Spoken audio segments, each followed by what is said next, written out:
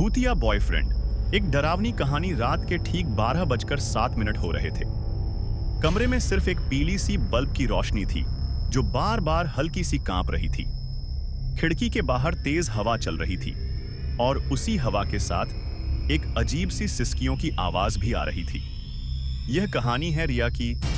एक बिल्कुल आम सी लड़की, लेकिन उसकी जिंदगी में आने वाला प्यार आम नहीं था। शुरुआत रिया अक्सर अकेलापन महसूस करती थी। माँ बाप बाहर शहर में काम करते थे और वह इस पुराने से किराए के मकान में अकेली रहती थी। एक रात मोबाइल पर उसे एक मैसेज आया। तुम अकेली लगती हो, क्या मैं तुम्हारा दोस्त बन सकता हूं? मैसेज किसी आरव नाम के लड़के का था। रिया ने हल्की मुस्कान के साथ रिप्लाई किया। उसे क्या पता था कि यह मुस्कान धीरे धीरे उसकी आखिरी खुशी बन जाएगी। प्यार का बढ़ना दिन बीतते गए। आरव हर वक्त रिया के साथ चैट करता। उसकी बातें अजीब थी, लेकिन बहुत सुकून देने वाली। आरव, तुम्हें अंधेरा पसंद है रिया? रिया, नहीं, मुझे डर लगता है। आरव टाइप करता है। डरने की जरूरत नहीं जब तक मैं तुम्हारे साथ हूं। रिया को अजीब लगा, लेकिन उसे अच्छा भी लगा। धीरे धीरे दोस्ती प्यार में बदल गई। पहली अजीब घटना, एक रात रिया ने आरव से मिलने की जिद की। रिया, तुम हमेशा मिलने से मना क्यों करते हो? आरव, क्योंकि अगर तुमने मुझे असल में देख लिया तो शायद तुम मुझे छोड़ दोगी। रिया हंस पड़ी, लेकिन उसी पल कमरे की लाइट अचानक बंद हो गई और उसके कान में किसी ने फुसफुसाकर कहा, मैं यहीं हूं। रिया का शरीर सिहर उठा। सच्चाई का पर्दाफाश।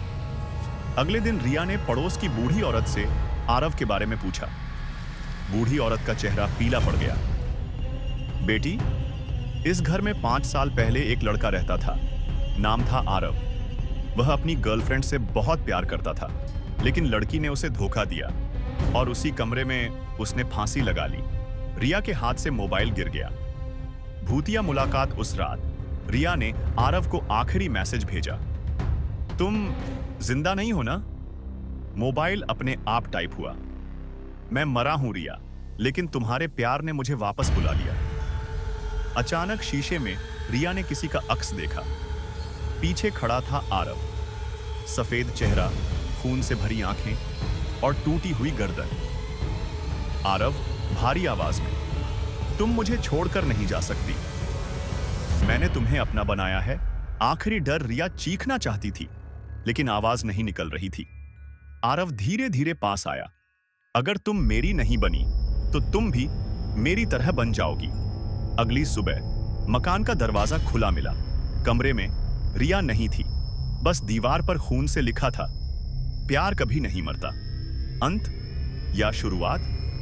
आज भी उस घर से रात में मोबाइल की टाइपिंग की आवाज आती है।